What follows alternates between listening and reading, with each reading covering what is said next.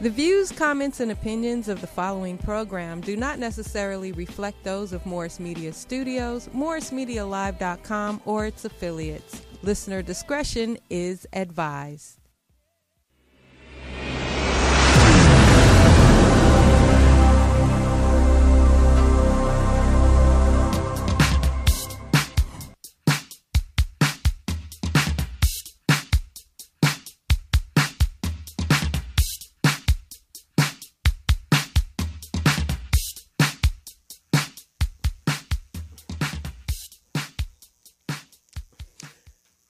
Good morning. Good morning. Hey, good morning, Kim. How you doing today? Good, and you? Welcome to the Ladies' Room. We're here with Morris Media Live, and we just would like to bring it to you live today.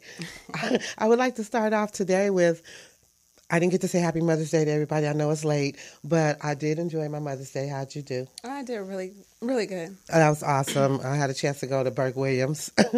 And so they gave me the day spa, right, on Mother's Day. So I went in at like 10:30, stayed until 5:30. They said, Mom, could you meet us for dinner at 6? I'm like, it's 5:30. I enjoyed the whole situation.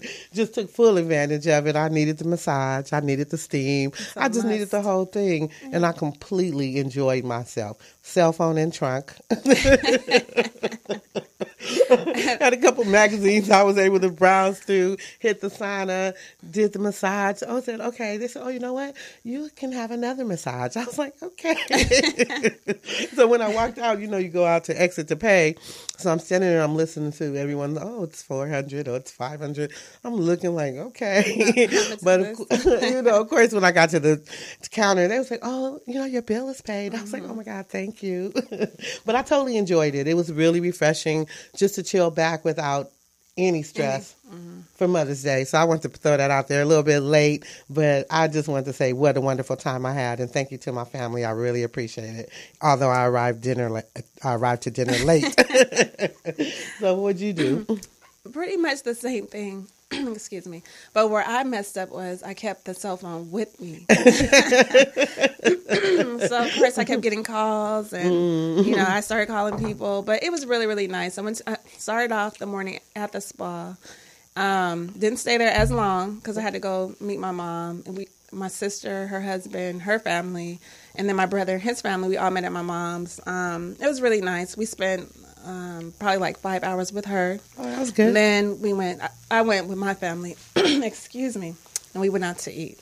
Oh, okay. All right. So it was nice. It was really nice. I'm feeling a little selfish, okay? A little self-indulged. I didn't think about anybody, didn't want to call anybody. I was in Burke Williams like, okay. It's all about me. I know, I deserve it. But what we really do is we do have a Woman of the Week. And this week, I actually chose Condoleezza Rice. Oh, and I did her because I felt that it's important to know our achievement level and what we can do and how we can if we just push ourselves and we move forward with the goal. And her goal, she led her to be Secretary of State. First female, first African American. But I think what's most important is one of the things is that she has a new book out called Political Risk.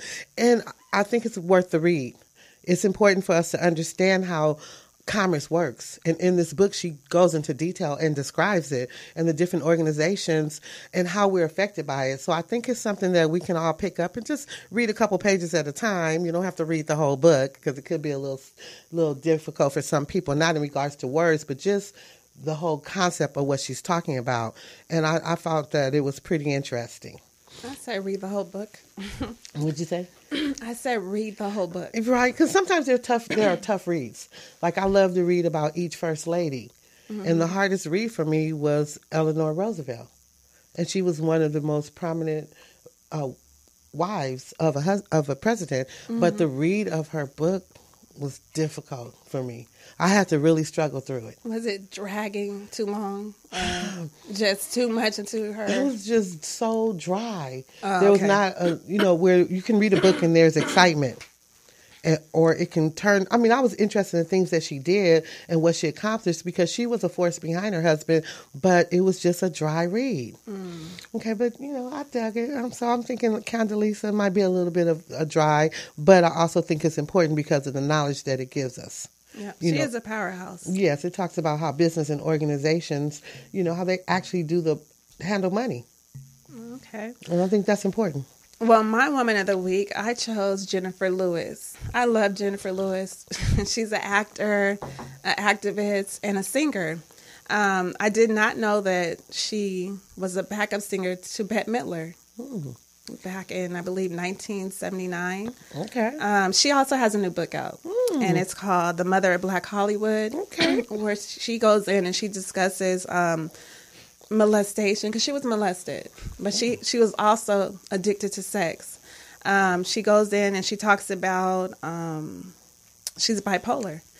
And for me, being who she is, and to let everybody know, hey, I have bipolar, because a lot of people, especially in the Black communities, they don't like to mention a mental illness. I mean, that's true. And I mean, the Black community, to me, a lot of people suffer from mental illness, but we don't talk about it. Well, that's true. There are a lot of things that are available for us, but like you said, first of all, I think the reason why we don't talk about it is there is an awareness factor that we negate to take in. We're not aware of it. We're not understanding that this person is acting this particular way and is classified as this. And this could be bipolar. We don't do that, but it's important that we do. It's important that we bring awareness to it. So I think that if she's discussing it in her book, that she's saying, listen, I need somebody else to know that it's okay, that you can have bipolar behavior. Still function, still go after your dreams. Because she actually did go after her dreams. I think one of the things she did say that kept her sane was the fact that she wanted to be a star. And so that kept her balanced to a certain extent. Now, what about that sex addiction? What was that about? You got to go get the book, The Mother of Black Hollywood. No, I like her. She played in a lot of very interesting movies. I loved her in The Temptations. The Temptations. She also tried out for Dreamgirls, but lost the role to Jennifer Holliday. Okay. Well, Yeah, because Jennifer was really big back in the day. Yeah. She totally had a voice. Yes, Yeah. yes. Not saying that she doesn't. No, but yeah. So it is a competition. It is who can fit the role of that particular party. Not that she was not qualified for it, but they have favorites. Yeah, and then Jennifer Lewis, she played the mother of many actors in many movies. One I can remember, she played the mother of Tina Turner, and what's the name of that? What's Love Got to Do with It? Okay, all right. That was a hot one. Yeah, she also played the mother to Anthony Anderson in Blackish. Okay, so maybe that's a part of her book, The Mother of Black Hollywood. Mm-hmm. Now, at this point, she's playing the mother, but I'm sure when she was younger, she was still... There were different roles. Yeah. Wasn't she on Broadway? She was. And she also was in... she played on Different World. Okay, yeah, all right, so. okay. Yes, okay. A lot of things. She's a really good actress. So you said she has her new book out. It's called... The Black Mother of Hollywood. The Mother of Black Hollywood. Okay. That's the name of the book. But I really like her. She's really down to earth. I met her, had the opportunity to meet her. She's really down to earth. She, she say what's on her mind. She don't care, And I think that's important, because a lot of people you meet, they're acting on the screen, and then they act when you meet them. It's like, okay. Okay, well, not Jennifer Lewis, honey. She gonna let you know. Well, I think that's why she nails those parts, because it's so close to home. Yeah. But no, she seems to be, I haven't had an opportunity to meet her, but I think that she seems to be pretty cool. I like her roles. I like her ability to act. Her skills are high, and she's a good woman. Mm-hmm. I also wanted to touch base a little bit this week on guns. Oh, let's talk about it. There's another shooting this morning. Yeah, that's unbelievable. Unbelievable. But I wanted to touch base on Miss McClain off of The View, Megan McClain. Mm-hmm. She had an opportunity to give a little pushback to Kelly Clarkson's emotional plea for gun control, more gun control laws, let's say that. And her pushback was simply the fact that, Kelly, you own like 9 guns. Mm-hmm. And she came out with that speech at the award show. What did she say? She just said that she felt that they should have tougher gun laws. And I understand her. Even though she's a gun owner, I'm not knocking that. And I do understand her saying that we do need tougher gun laws. But at the end of the day, my question to anybody is, is a person that is getting guns, and in other words, the person who has a gun that's registered, I don't think that's the person that's going out shooting people everybody. or killing people. I think it's the That's true. people who can get the guns that are unregistered. So the tougher gun laws are going to apply to the people who are registered and who And it does nothing for the shootings, because, like you said, the people who are going out there shooting up people are not the people who are registered to the guns that they're using. So it really wouldn't make any sense. I mean, it makes sense, but it doesn't make sense. Tougher gun laws. Who will they affect? For who, though? Yeah. Who will they affect? The person that Not has... the registered gun owner? Well, yeah, I think those are the ones that will be affected, the ones that are registered, but it's the unregistered. The unregistered. Right. Yes, the unregistered gun owners, they don't care because we're not registering guns anyway. It's a dirty gun, so, Yeah, so that takes me over to the Texas shooting. Mm-hmm. At the Santa Fe High School. Yes. Very disturbing. Just totally upsetting, breathtaking that 10 people could be killed and 13 injured. But the thing that really gets me the most about the guns, it is the person who is doing the shooting. Mm-hmm. Is there mental illness involved? Because I hear all the pleas, I hear everybody talking about tougher laws, but I don't hear anything about mental illness. Mm-hmm. Because in order to go into a school or anywhere and shoot up anybody, unless you are a gangbanger, there has to be something wrong somewhere. And that just goes completely unnoticed. Mm-hmm. I mean, if this boy was depressed, he was going through something, maybe bipolar behavior, something had to happen to trigger that. And I'm not making an excuse for him, and I'm not saying what he did was okay. But I am saying that we do need to take a closer look at mental illness in regards to the shooters. We do. We really do. And I mean, everyone that you run across is not going to have the diagnosis from a physician or a therapist of bipolar. That doesn't mean that person's not bipolar. I think that everybody, including myself, at some point in your life, you're going to suffer from depression. Some people snap when they're under pressure. You know what I mean? It's like the show Snap. You have a regular housewife just, living her daily life, and all of a sudden she snaps and kills her husband. I mean, things like that happen. Everyone's not diagnosed, is what I'm saying. No, I understand that perspective, but I'm also saying that if you can notice depression or some type of abnormal behavior, we need to acknowledge that a little bit more. We do. I mean, if this young man was at school, he was suffering from emotional bullying. Well, the dad said that he was being bullied, and the school came back and said that that claim wasn't true. Well, there was another student by the name of Dustin that was 11th grader there. He also was interviewed, and he did say that the boy was being bullied. He was being talked about and ridiculed, not only by the students, but some coaches. No, that was a statement that he made, saying that he witnessed that and that they were saying things to him that was extremely uncomfortable in front of everybody, and then the other student body was laughing. That does not give you a right to go in there and shoot up somebody. No, it doesn't. But what that makes me think is that you guys are not taking an interest in a student in the appropriate manner. You can make fun of him, you can tease him, but you can't offer him help. If he's a loner, if he's walking around and he's not being sociably accepted, then they should try to see what the problem is. Because I did read in that same report with CNN that some of the students that they would try to engage with him in conversation, and he wouldn't. Like, he just wouldn't engage in conversation. He wanted to be alone. And I mean, to me, that those are signs and symptoms of someone who needs help. Because everyone who, is suffering is not crying out, hey, I need help. You know what I mean? I think they're crying out in different ways. In different ways. His was the silence, I believe. So, I mean, yeah, as being a teacher or just staff, anyone in staff dealing with, kids or children or even with other adults, you should take that into consideration. Hey, this person is quiet, all the time. They don't want to be social with anyone. That is a problem. Right. But the question is, where does that start at? I mean, we got a report, but we didn't get the details of where did it start? I mean, how would you know that this person is feeling that way if they're not speaking up, if no one is taking notice that he's acting a little abnormal? And then in today's society, what is abnormal?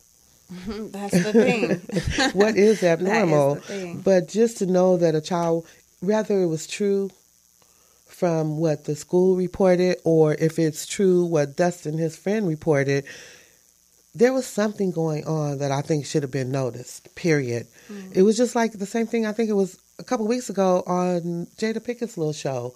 They had Willow acknowledging that she was cutting herself.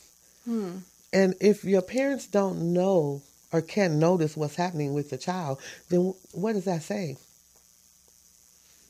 Well, I mean, it depends, because a lot of the times parents are so busy with work and with, other things. They're looking at their child's not crying out. So they're like, oh, she's fine or he's fine.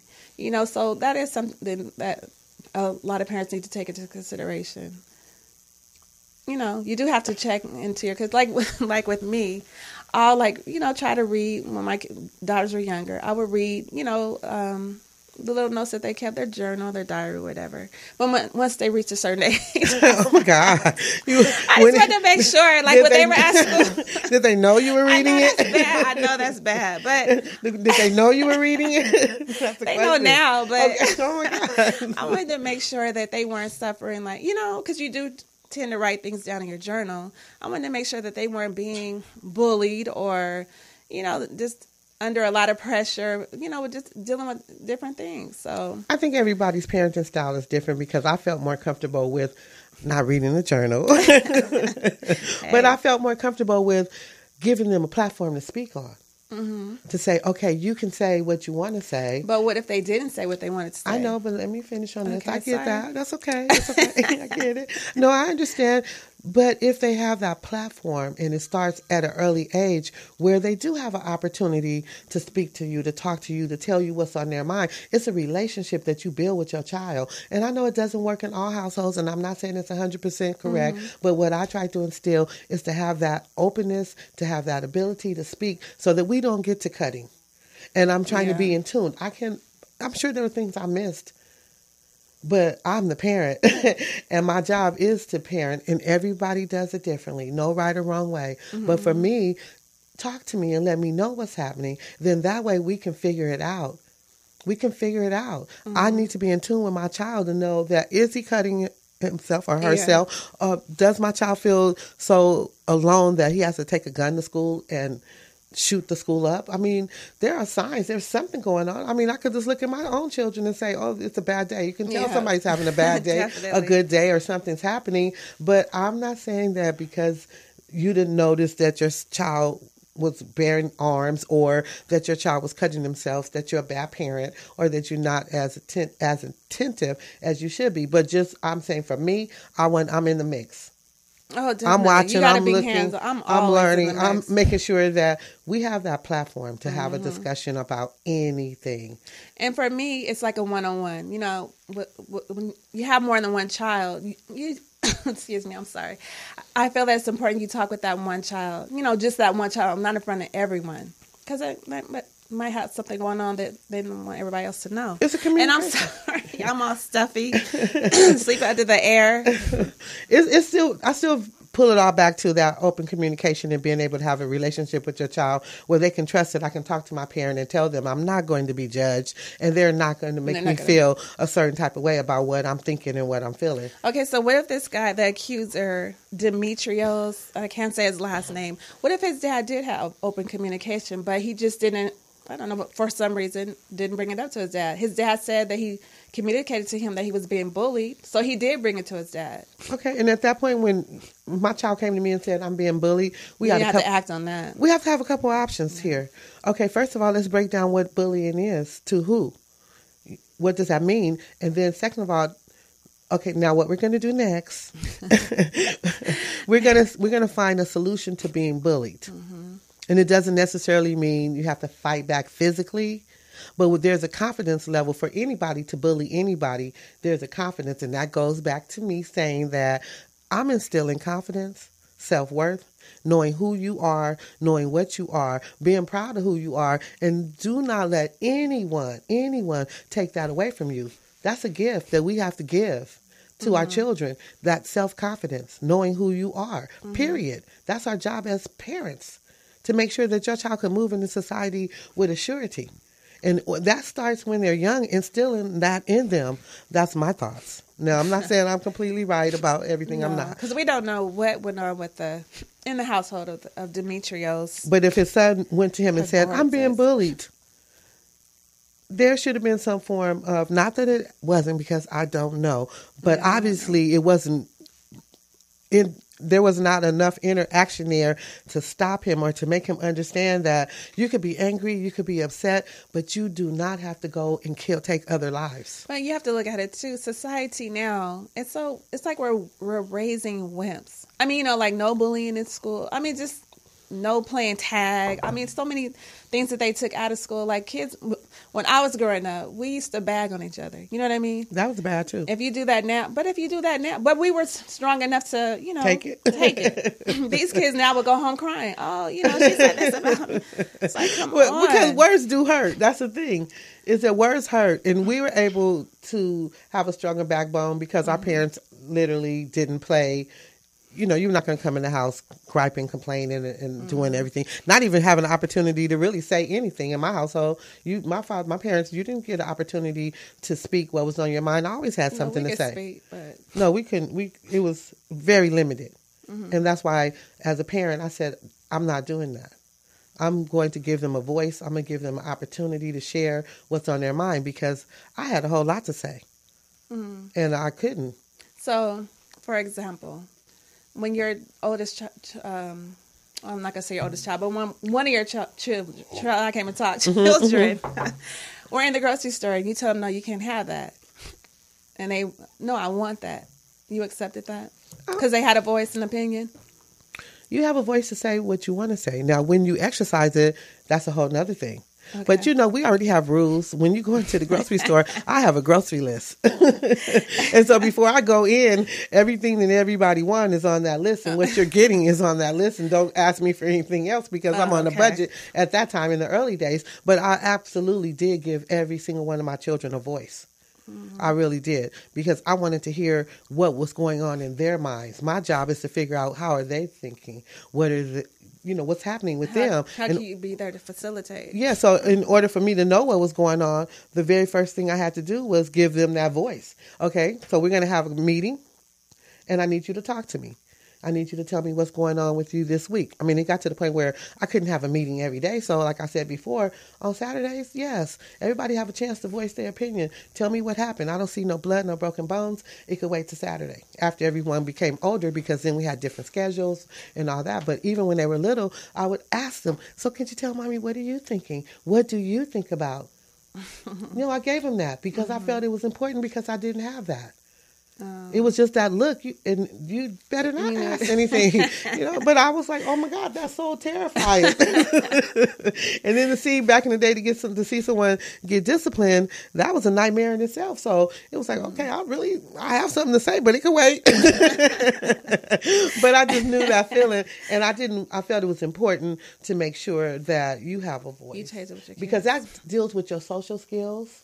Mm-hmm. It deals with your mental process. It does. And it deals with your creativity for you to be able to speak up and say what you're thinking. How else will you know anything about your child if you don't listen? Mm-hmm. I mean, the one thing I could have did a little bit different with that situation was, don't tell me what you want to be. I'm going to tell you what you're going to be, and then you can do what you want to do after that. But we can't say that was the case in Demetrios. No, we can't. I'm trying to say his last name. Pagordzits. I think that's his last name, but Demetrios is his first name. Sounds close. Now, do you think that there was something that the school could have done to? Well, if there's any truth in the fact that he was being bullied and that the coaches, it didn't say teachers, but coaches were saying mean things to him in front of other students, yes. I think he could have told his father or his parent what was happening. They could have set up a meeting with the school, and if that didn't happen, get a psychologist. I would have brought a psychologist to the school. Because if you are, as a coach, an instructor, somebody that I'm making sure that get paid through our taxes to I need to understand your mindset. Why would you bully a child? Why would you say that to a child instead of pulling him into your office? And now that's a private conversation to have. What's going on with you? Are you okay? Contact his father. But nobody is really responsible. You know, that's the thing is a teacher responsible for a student? No, I don't think so. They're responsible for their education and making sure that they have the ability to conceive the learning information. But now we stepping over into his personal life. But if you're going to make a comment about my child on his personal life, then you need to contact me. You need to simply contact me. But in the state of Texas, you know, he's only 17. And in the state of Texas, 17 is considered an adult. And he could be charged criminally as an adult. But according to CNN, he is not going to be tried. I mean, he's not going to get the death penalty. That's what they're reporting.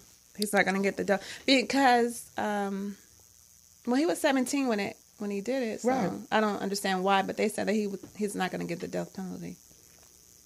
Okay, do you think he should? Are you for the death penalty? Okay, I'm going to answer your question, but I asked you a question. I'm not really sure. I'm not really sure how I feel about that. I mean, he did take lives, yes. Yes, I am for the death penalty, actually. Okay, all right. The death penalty is kind of deep because we are taking a life. That's taking another life. And who has the power to do that? Exactly. Who has the power? I think if you take the power into your own hands, then you'll be dealt the same card. Okay, let's go back to then. What about mental illness? If he's mentally ill, he needs to be responsible. But I mean, at the same time, people who suffer from mental illness, I mean, it's your responsibility to get help. You know what I mean? You can feel yourself like slipping. That's what I think. You can feel yourself slipping. You need to go get help. It's like a self-check. You know. Okay, so my understanding of what you just said is that if he's mentally ill, he needs to get the death penalty. Mm-hmm. If he did something wrong, I mean, yeah. Okay. I mean, if he took a life, yeah. That's a thought. I don't know. I'm more on the level of, let's get to the root of the problem. Let's figure out what's really going on. But he already did he already committed He did the crime. Mm-hmm. But I'm not saying that he has to be killed for the crime. I'm not saying that he should not be punished for the crime, but I'm saying let's get to the root of that. Because if this is a reoccurring thing, then we need to figure out what this is. If we have teenagers shooting each other, we have the shooting today was in a middle school. If we have people being killed in middle school, then there's a problem that we need to get to the root of, and it's called preventive measurements. We need to prevent this from happening. How do we do that? What is the solution? Everybody has to go to the death penalty, even if they're mentally not stable? No, each case would be different, I'm pretty sure. But my whole thing is, too, everybody's so quick to say mental illness. Nobody's saying, look at the video games. Nobody's saying, listen to the music. I mean, it's the movies. To me, it's like, it's just more than just a mental illness. Some people are weaker than other people. No, I agree with that. And they get, pumped up. I just saw this movie. I want to do that. Like this one girl who was on Snap, her and her boyfriend, they went on a killing rampage because they wanted to see what it felt like. Would you say that they were mentally ill? Basically, if you're having those type of thoughts, you just want to see what it feels like, then shoot each other. I mean, that's what I would say. If that's your thing, if you just want to know what it feels like, then you both are in agreement. Now, I can understand something like that, to shoot each other. But don't go kill other people, innocent people. But that's what they did. But this is what I'm thinking in regards to the mental illness is that if you can get to if you can acknowledge, recognize, did they even state that he was mental? They didn't have any diagnosis of a mental illness. No, but you're saying the actions that he did. We're saying depression, isolation, being ridiculed in front of others, and others are laughing, being a loner. Right there's some form of depression or something happening. If you're not interacting with others, if you're not making sure, one of the diagnoses. Yeah, I'm just saying depression. Something's happening. I'm not saying that's okay to be depressed, to go shoot and kill others. But I do think that the way that you get information is statistically is making sure that you understand what happened. So they're diagnosing him as mental mentally ill. Let's say hypothetically that's happening. Then let's figure out what that was. What was the trigger? So that when we see this happening again at the schools, the teachers need to become more aware, because this is becoming more and more of a norm for someone to go in there and do something like that. Then we need to be able to acknowledge the signs of it. We need to be able to see what caused it, and for teachers to be aware to look for those signs.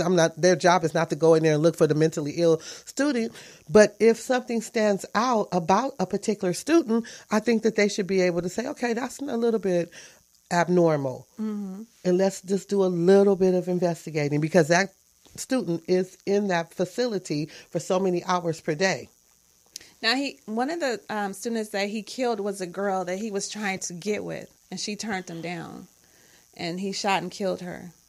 Okay, so from a rejection, he wanted to go and get revenge. But I mean, I could go into that too. But the thing is that he killed more than just her. He killed more people than just her. Yeah, than just her. So. Correct. I'm still stuck on, even though you said that we're not hearing a lot about, you're not saying that what you're saying is that there are other things that create this, as far as the video games and television and movies and things like that. And I think all that still reverts back to parenting. To parenting. I don't care what year it is. You still have an obligation and a responsibility to your child to be the best parent that you can be. And that is regarding television watching, game intake, those are things those are not necessities. But it's helping raise your child, so to speak. Because that's your child's taking all that information in from the movies or from, the music, the video games. You do see some kids acting out. Okay, I mean, I just can't go with blaming the music and the video games. And I'm not blaming the music. I'm saying all that has a part. All of it has a part. Okay, I mean, plays a part. If that's how you feel. I'm not saying that that's not true. I'm just saying, if that's my child, up until you turn 18 and you walk out of my house, then there's rules. I'm not going to have the 16-year-old with 10 hours of video game and 2 hours of reading. You just said as a parent, it's your responsibility. What I'm saying is it is your responsibility. What your child watch, what your child listen to, what your child is taking in. So that's why I said the video games, the movies, and the music. And what I just said is that as I have a child in my house and they're under 18 years old, they're not going to sit down and do 10 hours of video games. There's so many kids who do. That's the thing of it is. Like your child is doing, maybe 1 or 2 hours. But they're going to school with a child that does 16 hours. And you can't tell that parent nothing. That's their child. That's their family. All right. And that's my whole thing. So my question is, do you think that... Because the schools, to me, seem like they're getting out of hand. And it's scary. So do you think that the schools should be ran differently, or is there anything that the schools can do? Well, what I just said earlier is that maybe they need to be educated a little bit more on what mental illness is. From depression to bipolarness to schizophrenic, because there's functional people that are schizophrenic, to whatever the mental illness is. I'm not saying add a big load on the teachers because they have a load. But I am saying that they do need some form of training to recognize abnormal behavior. A child walking around campus for 3 years by himself, that's a little abnormal. No, that is abnormal. I'm just saying that they should be sociable. Yes. Especially younger. It is about being able to interact with others. I think school plays a part in that, in your interaction. It's not as well put together as I think it should be for interaction with the peers, with the students. Mm-hmm. I think there should be more peer groups working together. I think the whole school system need an overhaul, actually. We've been doing the same thing basically since 1820 up until, what's the new math you said that your child is working on that you told me the other day? Oh, Common Core, which is crazy. Okay. I'm like, what is this? 2 + 2 is 4. Right. But you have to go all, it's crazy. I had to get a tutor just to help my second grader. It's crazy. So it could be like they've taken a factoring concept of mathematics to another level. But my point is that they need to make sure that our children are safe. Safety. And if they revamp the whole school system just a little bit, it could help. It could save a life. Now I'm thinking more on homeschooling. I don't know if that works. Because now we still hear that's isolation again. Because they have. I looked into it. They have like certain days of the week. It can be every day of the week where a lot of students who are being homeschooled, they get together and they do activities together. And then you think about like the summertime, you can send them to a summer program, so they're still getting their socialization skills on. Okay, I'm looking into that now. Okay, no, I like the point. I like the point that you just made in regards to them coming together with the group, because that's important. Yes, I do believe that we need to move the educational system a little bit over to more peer involvement so that our children can be ready for social life when they exit high school. And they're not so much in the system. You know, it's more freedom for me. I feel that it'll be more freedom. You can teach them entrepreneurial skills. You know, they're there with you. And it's not so much of the system, because we're just feeding our kids into the system. Okay, but you know, there's different systems with different zip codes. There are definitely different systems, okay? Yeah. We have different zip codes that has different requirements, that have different availability, different programs available with the zip code. True. Okay, so now we can go into funding and, you know, to the things that can make a difference, which is how much financial capital is going into a school in a particular area. And then we also have, it could just go into so many areas, because then we have the teachers. Are the teachers really ready to deal with the students? Just like with this young man. Yeah. Are they ready to deal with them? Because you have a lot of teachers who are just getting a paycheck, from what I'm finding out. Okay, but here's the thing about that too. I think that if the teachers made half as money as our basketball players, football players, soccer players, baseball players, that they may take their job a little bit more in debt. Not that they're not, because there's some beautiful teachers out there that are putting their life on the line, that come out of their pockets to make sure that their students have the things that they need. I'm not talking about those teachers, but I am saying that how can a teacher mold and put to work on the minds and the development of our youth who are our future if they're worried about a light bill, a car note, a gas bill. You know, that's just a little bit like unbelievable to me. That's a lot of pressure. Absolutely. Yeah. They need more money, and maybe we would get better teachers in all areas. That's true. Because if your zip code is a particular zip code, then you're going to get... We have a phone call. Oh, okay. Oh my gosh, we have a phone call. We don't even know what to do. Hey, can you hear me? Hello? Hi, caller. What's your name and where are you calling from? Yeah, I'm Nathaniel. I'm calling from Florida. Hi. Just hearing the stuff about education is really... I have actually two sisters that are in education. One's kind of elementary, one's college. And a lot of stuff you're talking about is important in regards to the teachers, how much the teachers are getting paid. But it's such a big issue that it's like there's several different systems that need to be repaired for the educational system to actually effectively work. Like you need the kids to be able to come to school who are fed, who have like food, who have clothes. Okay. That's another issue. You have kids from abused family, single parents. That's an issue too. And then by the time you get done with the parenting aspect, because a lot of times parents are treating schools like a daycare. Yeah. You're so right about that. So once you get done with that, then you have to deal with the learning styles, because a lot of the kids don't learn the same. Exactly. Some kids will sit down and they can read and they appear to be acting good, but no, that's just their learning style. Yeah. Other kids need apprenticeship. They need to blow stuff up. Exactly. They need to put their hands on stuff.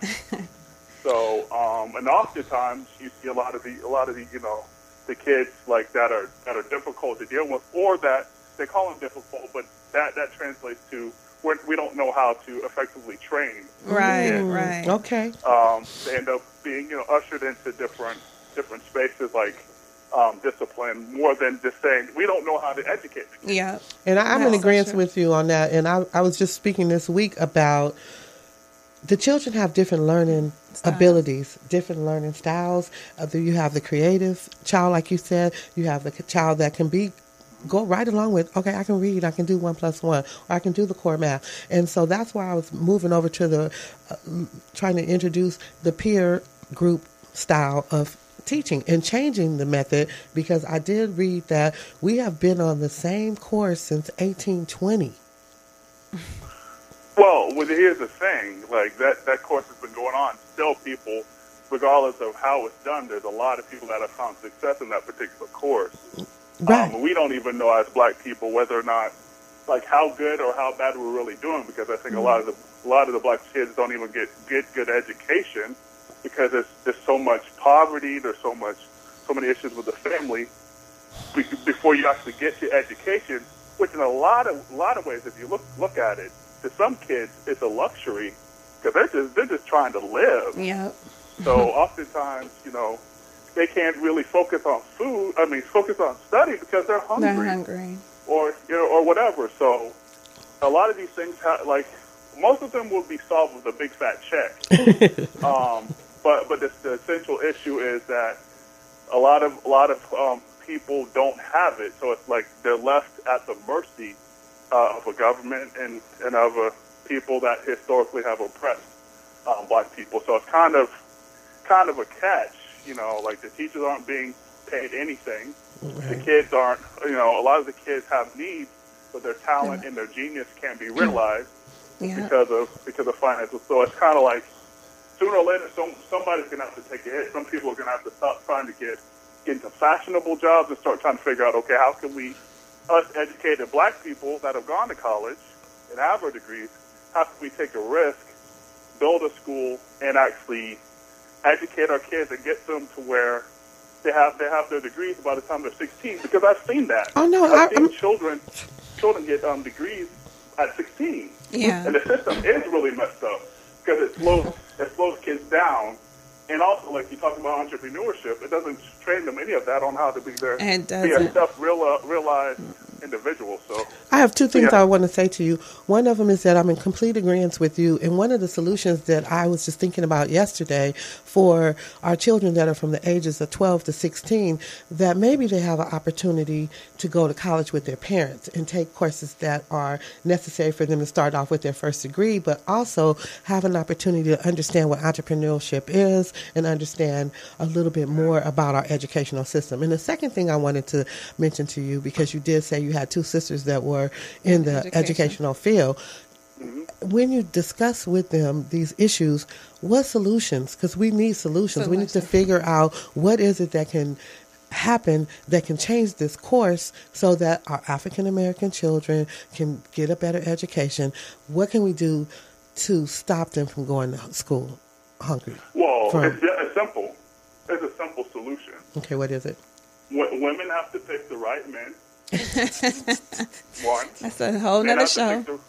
Women have to pick the right men have to pick the right women, too. And then people have to really care about their kids. That sounds harsh. No, it's true. No, that's so true. People have to really put their value and worth not on their shoes, not on their car, not on their degree, not on their vacation, but their life work and their self-esteem should come from, I make grown-ups. Okay, where does that start at? I'm sorry. I know. It starts between the man and the woman. I know. So listen to what I'm saying. Listen to what you just said. We have to pick the right mate, and I understand that. I think there is a science to picking a mate. I do believe that. But my question, you have to be trained. Yes, that's a training. But where does that start at? Where does that come from? Home, mom and dad. But here we are with the conflicting issue about the children going to school hungry because they don't have that at home.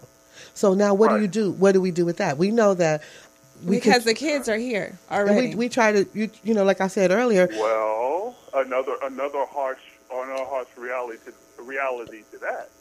I focus and make sure that my kids aren't like that.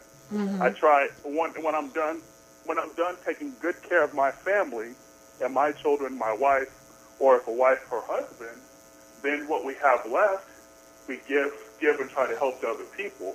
But I don't get sentimental and I don't act foolishly and say, I'm going to throw my family to the side to try to take care of people who are in tough situations. Well, kudos to you. Then we have two people in bad situations. Yeah. But kudos to you, because we do need more men thinking that way. And I think an important thing that you said is that you try to help others, because without community, you have nothing. There might be a single mom whose husband had died. She could be widowed, and she has a house full of kids. We're not talking about that. Like the noble women married good men. Well, that's like, yeah, we're talking about people that, and you have to have like a spiritual center too, because we naturally have to learn to pick, to like what's good and hate what's bad. Sounds simple, but in a lot of ways it's difficult to pick a person that's actually good for us. That's true. And oftentimes that's a hard thing to do, because we like candy.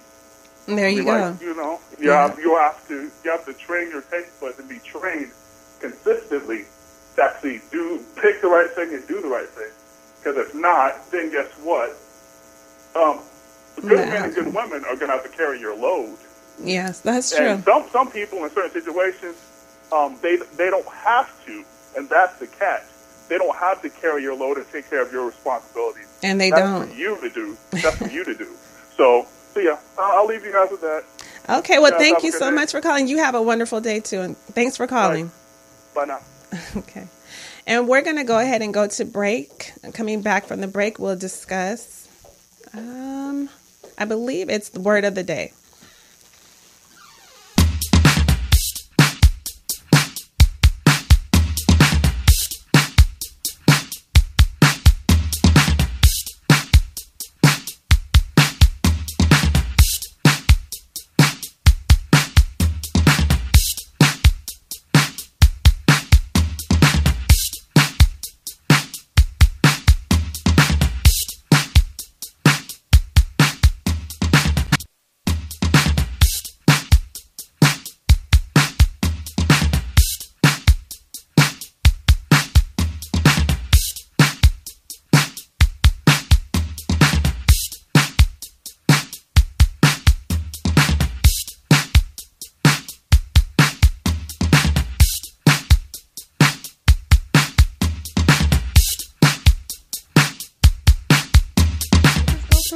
The school system just needs. Hi. And we're back. Well, I want to thank the caller for calling in. I really appreciate your input, and having sisters in the educational field, it gives you a more of an insight on all the problems that is happening in the field. And of he's education. on point. He was on point with taking care of your family, picking the right mate. But that's a training. That's a skill in itself, because you fall in love with somebody. Yeah. But I do believe what he said is important, that you do take your time when you do choose a mate. Mm-hmm. You have to take your time. But we are moving in a society that is instant, rapid, and they're not taking time. We're like, okay. You kind of find out about that person as long as you go, I think that's what in all relationships you do find out about them. But I think it's just, we just have to be patient, and I'm in agreement with them. Take your time picking a mate, because that's that person that you choose and you have a child with. Now you're creating another life, and are you going to be responsible about that life or with that life? Yeah. What it is, it takes patience and understanding and a lot. And our young girls and our young men just have to be very selective about who they choose mate with. That's true. But the whole educational system needs to be revamped. I'm sorry, and I understand what he's saying totally, with the whole making sure that the students are coming to school ready and prepared. That's a whole nother can of worms, because everybody said, like you said earlier, everybody's household is different. It's different. It's the parent's responsibility, but you could be responsible, another parent might not be responsible. It's really hard. Okay, do you think that the shooter of the Santa Fe High School, do you think his father should be responsible for his actions? Who should be responsible for that? You're responsible for your own actions. But by him being a minor, the responsibility should fall back on the parents. You really think so? Yeah. Mm-hmm. I don't think so. I don't think that I should be responsible for something my child did. I didn't tell you to go out there and shoot up anybody. But it was the dad's gun, correct? But he could have got the gun any kind. It's not like the dad put the gun in his hand and said, go shoot the school up. Rather, it was a lock and key, and he got the key, or if he bust the case to get the gun. I mean, there's many different. But when you do get a gun, it is your responsibility to lock the gun up, have a lock box, and, you know, not have the key somewhere where a minor can get a hold of the key. It's your responsibility. That's just like if Demetrios, I can't say his last name, but that's just like if he brought his dad's car or took his dad's car without his dad knowing and crashed into something, the responsibility would go to the dad. I'm not understanding or agreeing with that. I don't want to be responsible. If my child did something wrong, I have to take the responsibility for it. If they're a minor? No. I don't think so. I'm not saying it's right or wrong, and I'm not saying that you know they shouldn't in some other people's perspective, but in my perspective, I don't think I need to be accountable for what that child did. He's 17 years old. Mm-hmm. He's not 5. He's not 10. He's 17. So what if he was 10? If he was 10, then we need to get help. The parent needs to get help and the child. If he were 10 years old, then everyone... But would you be responsible if he were 10? I still don't think that if he went in there and stabbed somebody or did something that I should be responsible for that. I don't think that's fair to me. I've worked my whole life and did everything, and now you do something that's outrageous, and now I have to be responsible for that. I'm not thinking that is something that I want to take on. But see, we are responsible for our children. But you, on the other hand, I can see you not going through any of that because you talk with your children. Some people don't talk to their children. They're like, oh, I'll be home at 8, or, you know, this and that. Where are you going to be? What are you going to do? Okay, talk to you later. You know, so you do run into situations like that. No, and I'm not saying that. And please don't misunderstand me. Me talking to my children, I don't know. Anybody could do anything at any time.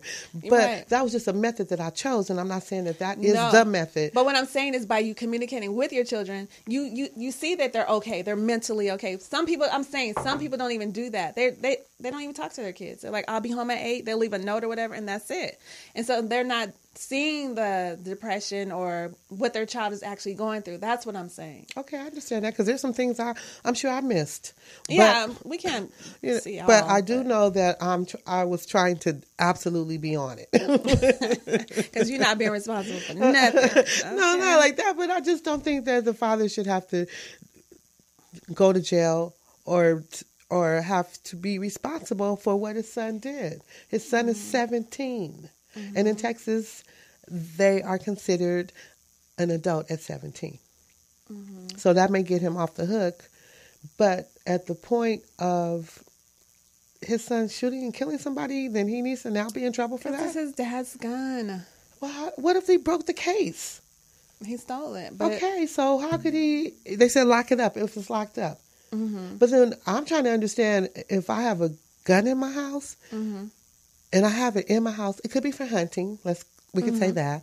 But if I have it in my home for protection, so someone's coming in, I have to go down, get the key, unlock the case, load it up, and then protect myself?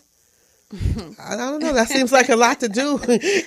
And somebody's entering, approaching, or coming, or breaking in. They got me. So what was that Kelly Clarkson said? She sleep with it under her pillow, honey. Because if someone comes in and break in, you don't have that option to go and get the case, get the gun, go get the bullets, load it up, and then now I'm about to protect myself and my family. So, I don't know, it could go a lot of different ways. And if the law is saying that that's what you need to do, then that's what you need to do. But in reality, that's not going to save you. It's not. But now, on the other hand, if it's a hunting gun or it's just some people just have guns for show. Mm-hmm. Because it is a beautiful piece of armor. You think? I do. I think. The pink one, the one with the pink, I wouldn't get that. It's so cute. I think it's the 38 is the small one. Or in the big 22. No, not a 22. The bullets are too small. I heard. Okay. But so I don't know. I don't think the pops need to be responsible. I'm going to go back to that. Okay. I don't think that he needs to be responsible. I think he needs to be responsible. So we'll agree to disagree. Okay, that's fine. That's good. Okay. I get and we forgot the word of the day. Oh, my God. Inevitable. Inevitable. Some things are inevitable. Yeah. And I want to go back to our school system and being aware. Okay. I think it is important that our teachers are educated in the area of awareness about your students. And I just want to say this. A lot of the schools do have a lot of training, like in particular the elementary school. my son's elementary school. I'm always up there because I'm just that parent. But I noticed that a lot of the black male students get called out a lot. Oh, they're aggressive. Oh, they don't listen, this and this and that. So, finally I said, okay, let's get the superintendent down here. And, I had a lot of parents sign papers because it's just ridiculous, really. And so I'm not going to say everything that happened in the meeting, but I'll just go to say that it got a little heated, but it was done respectfully. It's just ridiculous how they say that our boys are, aggressive, this, and that. And the solution that we came up with is like, okay, look at all of your staff. They're all, I would say, 90% white, 10%, no, I'll take that back. 60% white, 40% Asian. They're all females.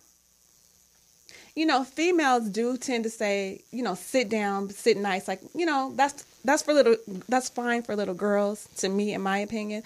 Boys like to get up and move around, Okay. And I feel that we do need more male teachers, and particularly more male black teachers. I think that would help our students, black students, male students, tremendously. I really do. And so the teacher told me, she said, well, you're absolutely right. We had training in for sensitivity, some type of sensitivity training. What does that do?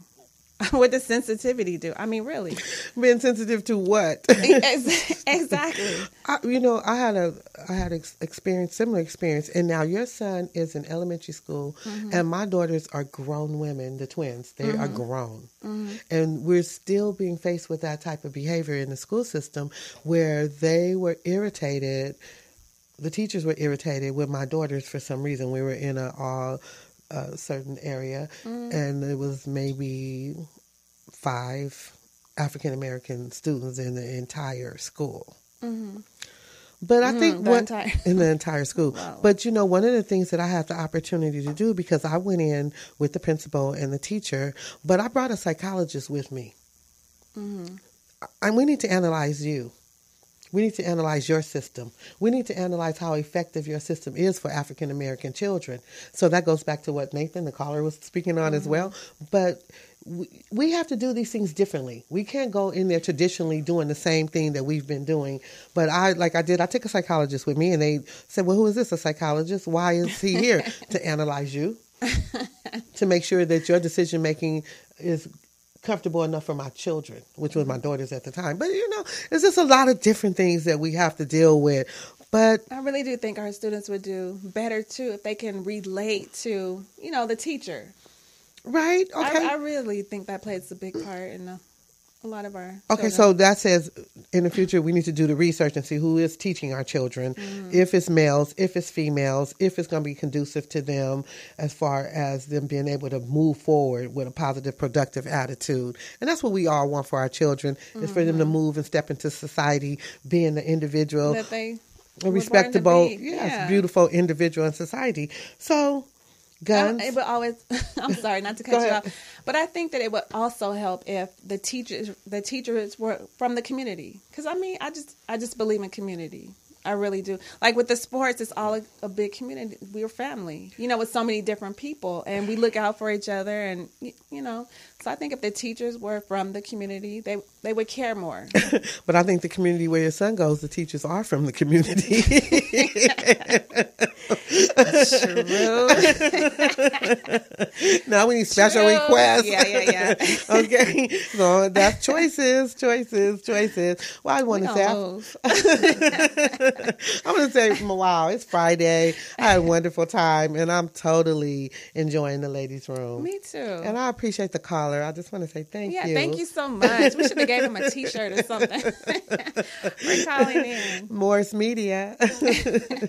Until next week. Have a good weekend, everyone. All right, we're out.